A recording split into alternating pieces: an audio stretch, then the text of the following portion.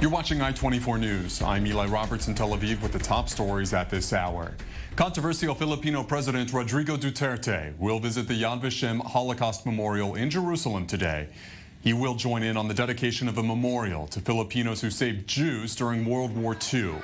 But the visit comes with controversy. Duterte once compared himself to Hitler, saying that he would be to drug users in the Philippines what Hitler was for the Jews during World War II.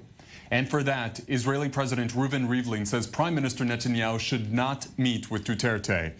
But at this hour, President Duterte is doing a lunch meeting with Israeli Prime Minister Benjamin Netanyahu.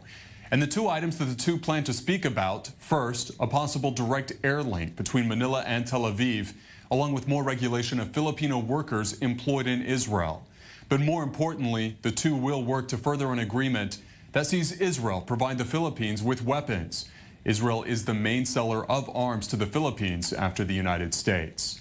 But Duterte also making waves for his loose mouth. No one knows why, but he decided to bring up an old insult aimed at former U.S. President Barack Obama. That happening, of course, in his remarks to Filipinos in Israel who came to greet him in Jerusalem. While news outlets had reported that he apologized for calling Obama the son of a dog, those reports turned out to be incorrect. In fact, he did not apologize, and he used his platform in Jerusalem to hammer in his insult to the former president. If you have complaints against me, go to the United Nations. File your complaint there and ask for a hearing. Hindi yan diretsuhin mo ako, you tell me in public that I am wrong, blah, blah, blah, blah, blah, blah. Obama, you can go to hell. You son of a bitch.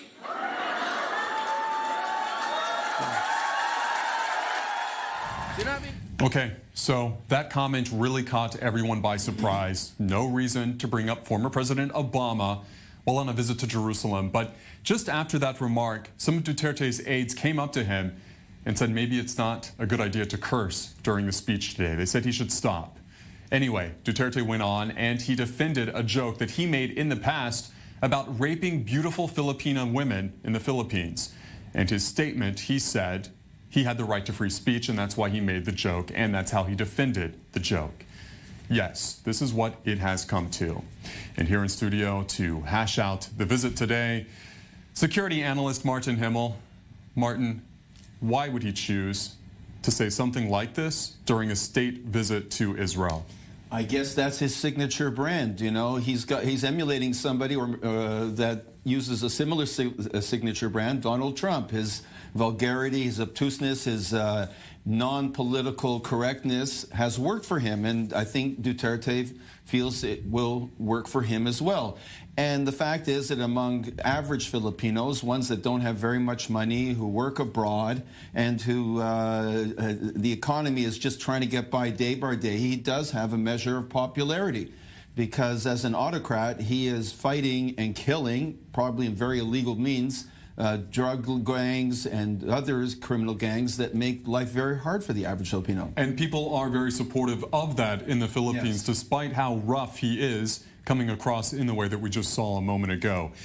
The main reason for this visit, however, is supplying the Philippines with arms. This is a big transaction for Israel, also for the Philippines, because the Philippines outside of the United States depends on Israeli arms.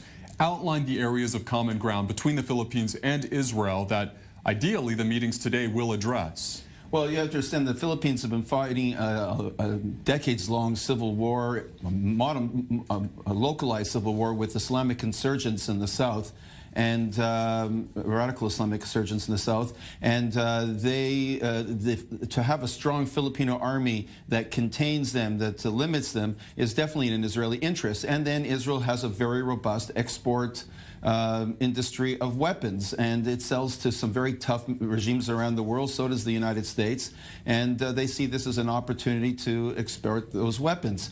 For the Israeli economy, because it's become a more affluent economy, it needs Filipino workers to come, with the aged and other groups here, and it's in their interest for that arrangement to continue and to thrive.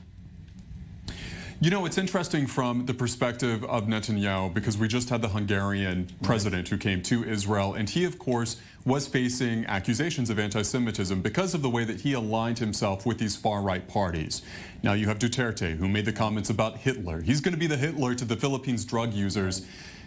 I don't know if it was anti-Semitic or if it was just pure ignorance on his part, but what is it about Netanyahu welcoming these kinds of people into Israel in an official capacity? Well, first of all, I do believe that it is out of ignorance, because it's definitely not in his interest to equate Hitler killing Jews to drug addicts. But it still was said. And the most important thing is Duterte is an autocrat. And the leaders that he's been seeing in Eastern Europe tend towards being autocrats. Donald Trump likes autocrats. And Netanyahu, in many ways, like Donald Trump, and we're not exactly sure why, seems to have an affinity with autocrats. Partly because there's the old saying, the enemy of my enemy is my friend. And these autocratic regimes, at least in Eastern Europe, are much more against the spread of Islamic radicalism than other groups, even though they hate Jews a lot too. So that's in Netanyahu's interest. With Duterte, I think he's drawn to like these type of people, just like Trump, which is quite disturbing, frankly. The Philippines, of course, is a member of ASEAN, the Association of Southeast Asian Nations, which is a huge group. We have, what, 800 million people, I think, within that category. But the Philippines, even within ASEAN, is not necessarily the strongest power. You have countries that are far more consequential, like Thailand, like Malaysia, like Indonesia. Is it really that beneficial to have a strong relationship with the Philippines, given where they stand, even within their own region? I don't think it hurts Israel in its relationship with ASEAN to have that relationship. But I think there is a personal affinity here which overcomes a lot of the other issues between Netanyahu and Duterte. Okay, Martin, I want to leave it there because we have some live images coming in to us from Jerusalem, where Israeli Prime Minister Benjamin Netanyahu and Filipino President Rodrigo Duterte are about to speak. Let's take a listen.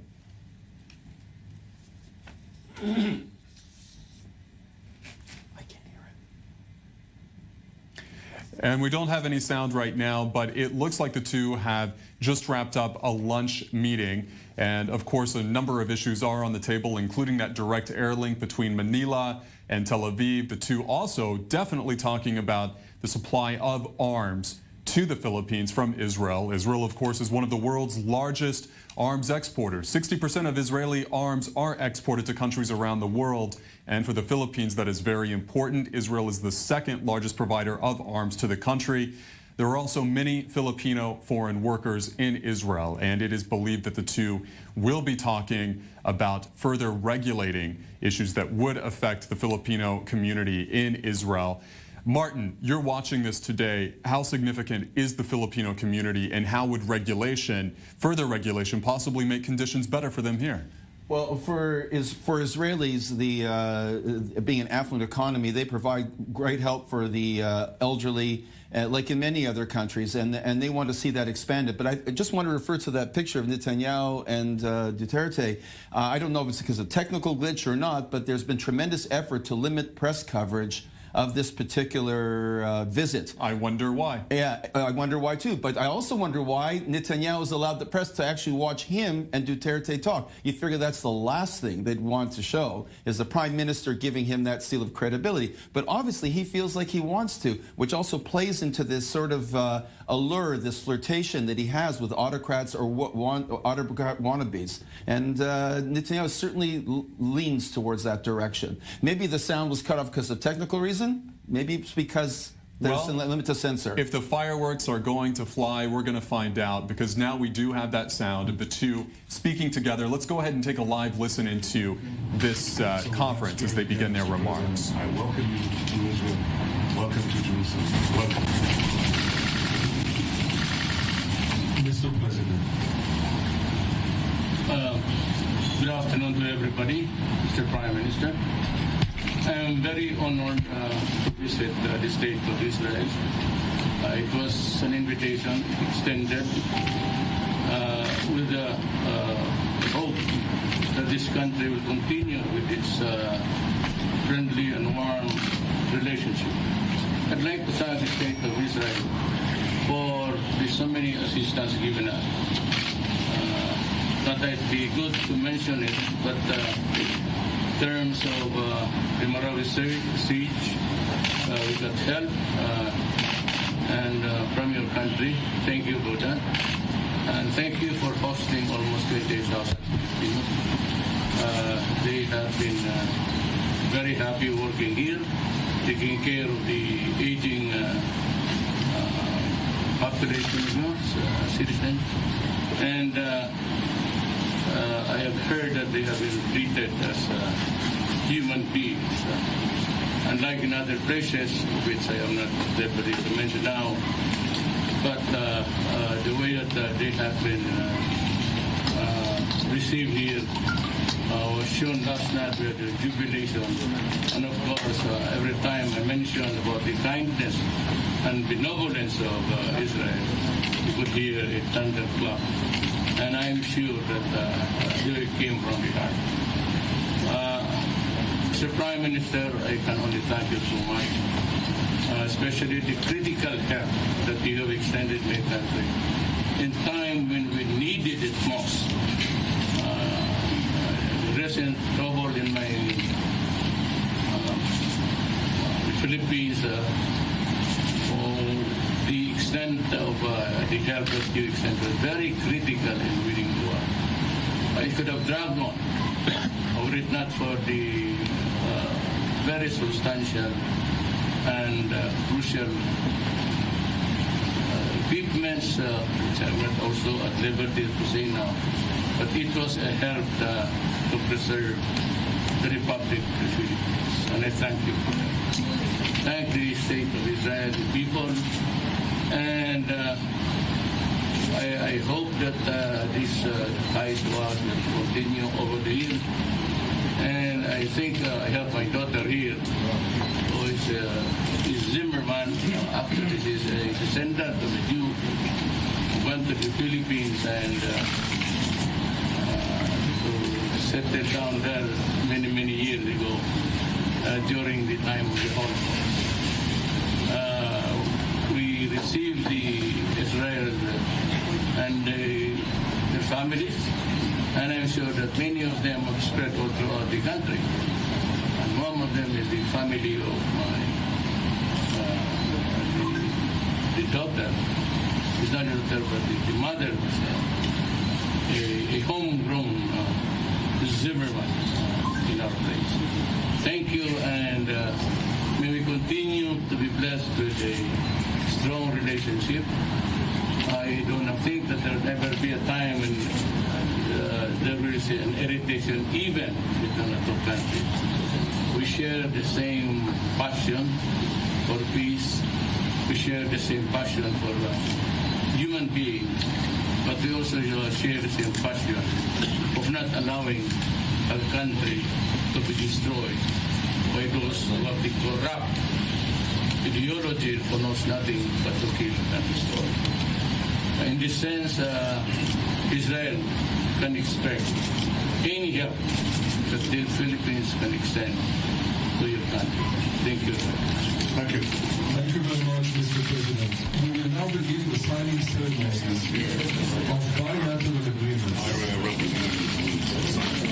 The first of which is the bilateral agreement for the temporary employment of Filipino home-based caregivers in Israel and the implementation protocol to that agreement. The government of the State of Israel will be represented by the Minister of Interior, Mr. Duterte, and the government of the Republic of the Philippines will be represented by the Secretary of Labor and Employment, Mr. Hernando Bello.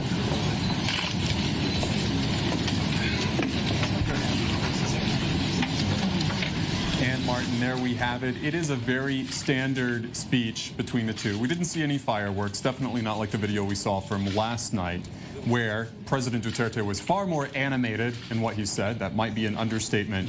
What I want to ask you about is Duterte doesn't travel much. Rarely does he come to the West. The Middle East also is in many ways off his radar. Why did he choose to come to Israel as one of his few trips abroad? Well, first of all, I think he's accepted here.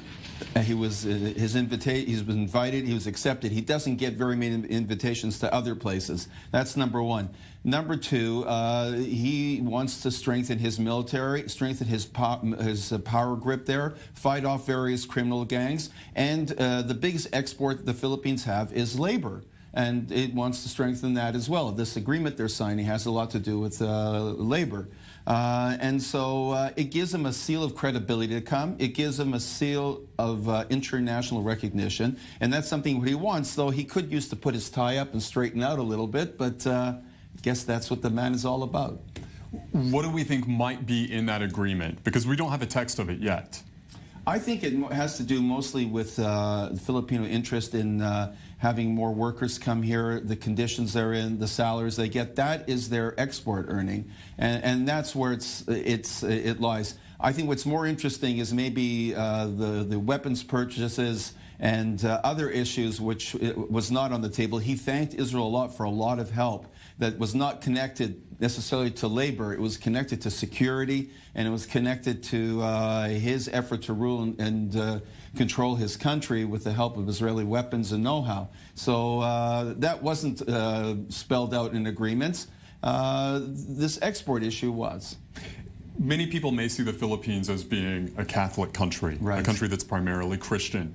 The reality is there is a significant Muslim population on the southern islands of the country, right, and the Philippines is battling Islamic extremism. They have cells of ISIS that are actually operating on some of these islands today. And of course, Israel has its own problems within the Middle East with the Islamic world.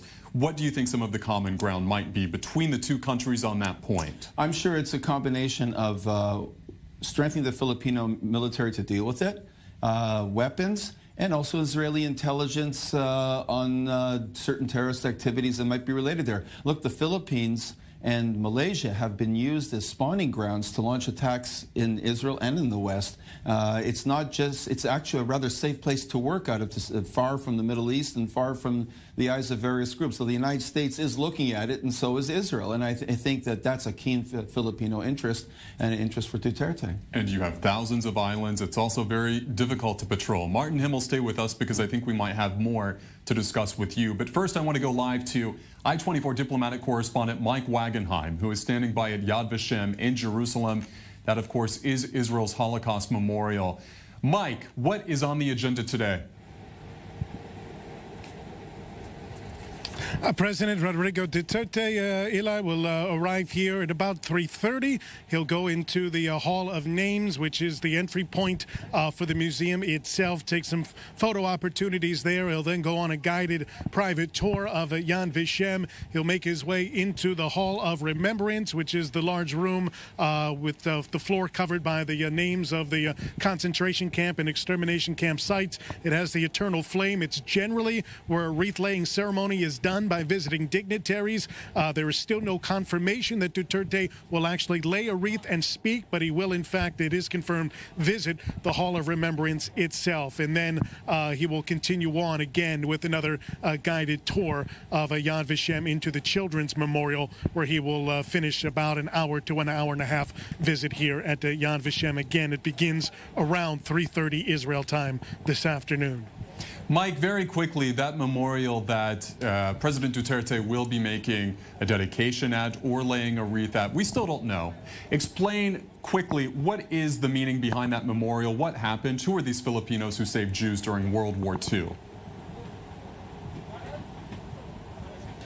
It's one of the reasons that the Philippines and Israel have such a strong relationship. When Jews were fleeing Europe during the Holocaust, a number of visas were extended to Jews. About 10,000 to 12,000, it's estimated, Jews were saved from death in the Holocaust due to Philippine involvement. And so that's one of the ties, not only when we talk about political implications like the UN Partition Plan in 1947 that helped establish the State of Israel and several political maneuvers maneuvers after that, but the actual saving of lives during the Holocaust, it's one of the reasons why Israel can say this visit isn't just about Rodrigo Duterte. Because he's so controversial, it can be hard to justify a visit by the man, but it's the government that he represents. That's what the Israeli government, that's the message they've been trying to send. It's not about Duterte specifically. It's about the long-standing bond between the Philippines and Israel, and one of the reasons that despite the controversial comments about Hitler that Duterte made, that he can still come in here today and go through this ceremony. Mike, and it just proves that when you say something controversial like that, you really lose the real meaning of the trip. Mike Wagenheim live for us in Jerusalem. Stay tuned to I-24 News as we follow this story today.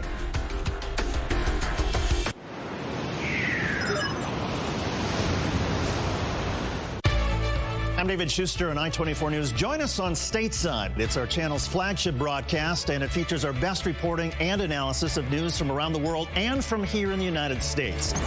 Watch Stateside, weeknights at 9 p.m. Eastern, only on I-24 News. The Middle East, cradle of civilization, epicenter of the major crisis and conflicts that affect our world today.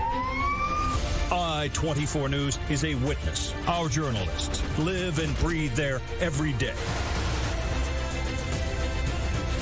Get all the latest from our studios in Tel Aviv, New York, Washington, and Paris. As news happens where it happens. I-24 News. See beyond.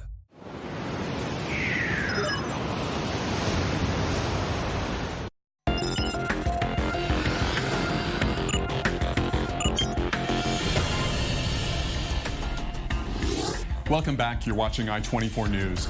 We are learning that an Iranian convoy came under attack far from home. The convoy got hit by an airstrike near the border triangle of Syria, Iraq, and Jordan.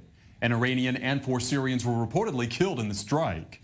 The Iranian convoy was in Syria to help out the forces of Syrian President Bashar al-Assad.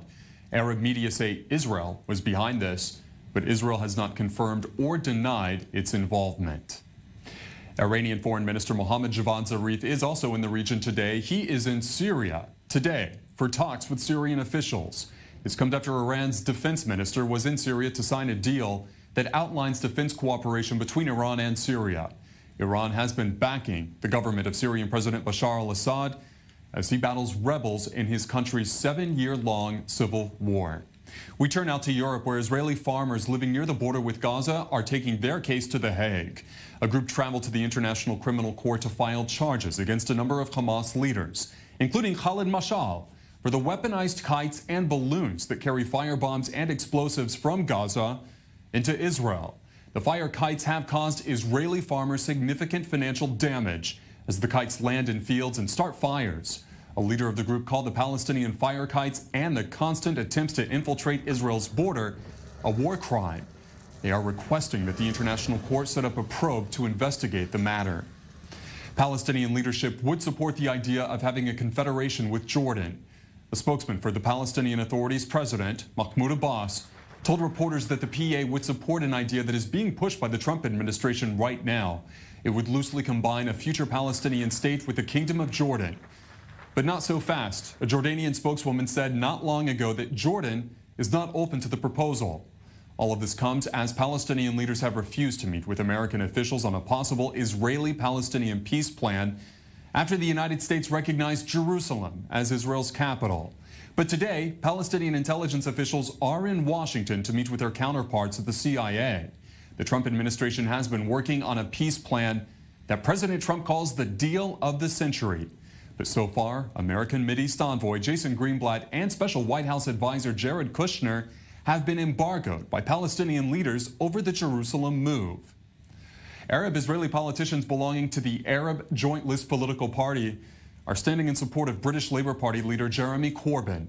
In a letter, the politician said they stand in solidarity with Corbyn as a principled leftist leader. Corbyn has faced accusations of anti-Semitism for years.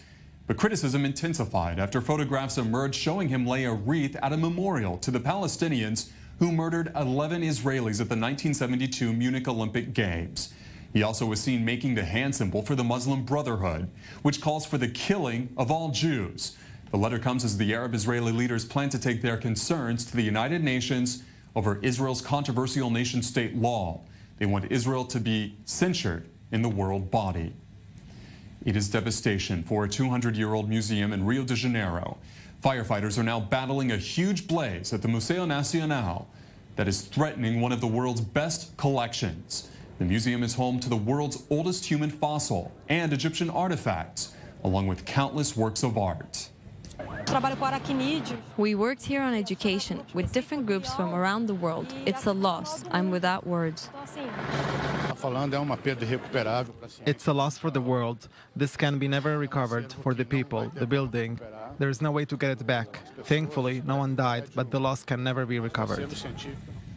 Despite the efforts of firefighters, the fire appears to be growing. The cause of the fire is unknown. The child sex abuse scandal that continues to dominate the Catholic Church came to a head in Washington, D.C.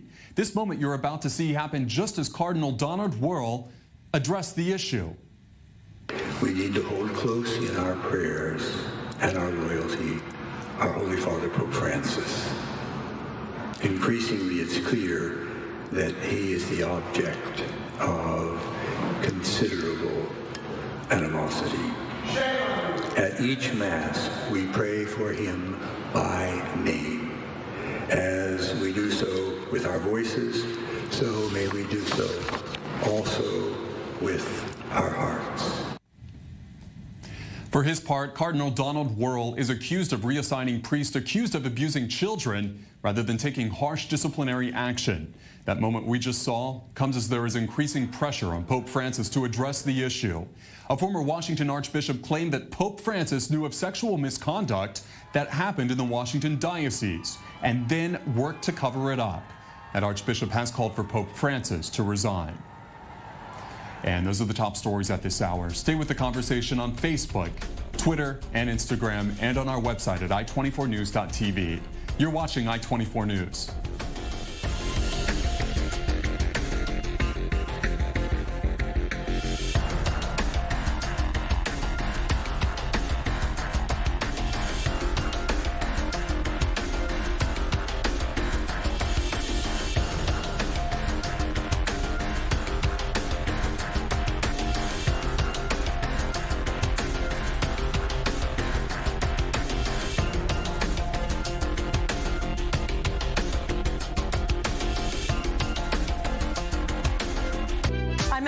Francis on i24 News. Join us on Trending right here on the show that shines the light on the many amazing people doing positive work to inspire. This is the show about building bridges.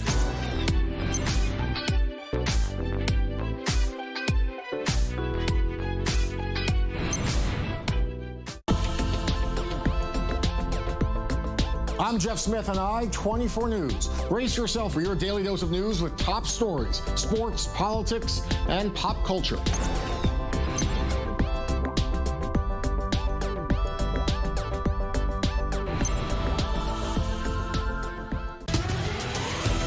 Go beyond the headlines every day on i24 News. Host Ami Kaufman talks to the news makers and pundits to bring you the story behind the headlines. The Spin Room with Ami Kaufman, only on i24 News.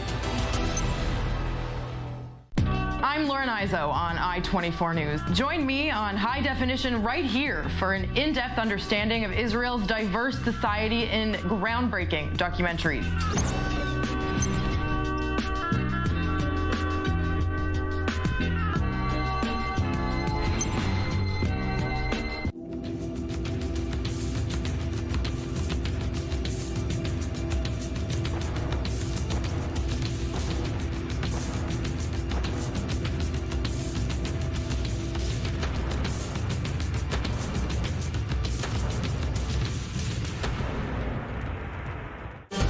There's more to the news than meets the eye. Many voices, many faces, with interests often at odds.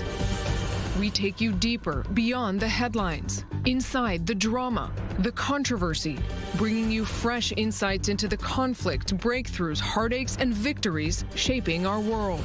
Perspectives. There's more than just one view.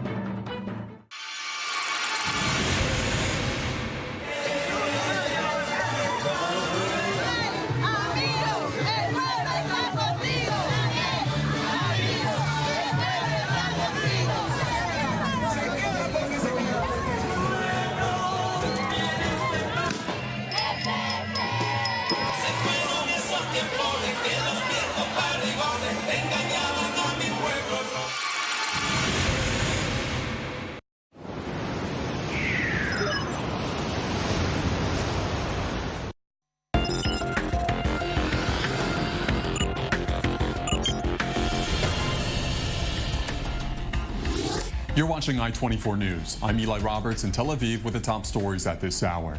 Controversial Filipino President Rodrigo Duterte will visit the Yad Vashem Holocaust Memorial in Jerusalem today. He will join in on the dedication of a memorial to Filipinos who saved Jews during World War II. But the visit comes with controversy. Duterte once compared himself to Hitler, saying that he would be to drug users in the Philippines what Hitler was to the Jews. For that, Israeli President Reuven Rivlin says Prime Minister Netanyahu should not meet with Duterte. But happening right now at this hour, President Duterte is having lunch with Israeli Prime Minister Netanyahu. Two items they will be speaking about: a possible direct air link between Manila and Tel Aviv, along with more regulation of Filipino workers who are employed in Israel. But more importantly, the two plan to work out a deal that would further see an agreement between Israel and the Philippines that allows Israel to provide weapons to the Philippines. Israel is the main seller of arms to the Philippines after the United States. But Duterte also making waves for his loose mouth. He's known for it worldwide. No one knows why, but he decided to bring up an old insult aimed at former U.S. President Barack Obama in his remarks to Filipinos in Israel who came to greet him in Jerusalem. While news outlets had reported that he apologized for calling Obama the son of a dog, those reports turned out to be incorrect. In fact, he did not apologize, and he used his platform in Jerusalem to hammer in the insult to former President Obama. If you have complaints against me, go to the United Nations. File your complaint there and ask for a hearing. Hindi yan diretsuhin mo ako, you tell me in public that I am wrong, blah, blah, blah, blah, blah, blah. Obama, you can go to hell. You son of a bitch.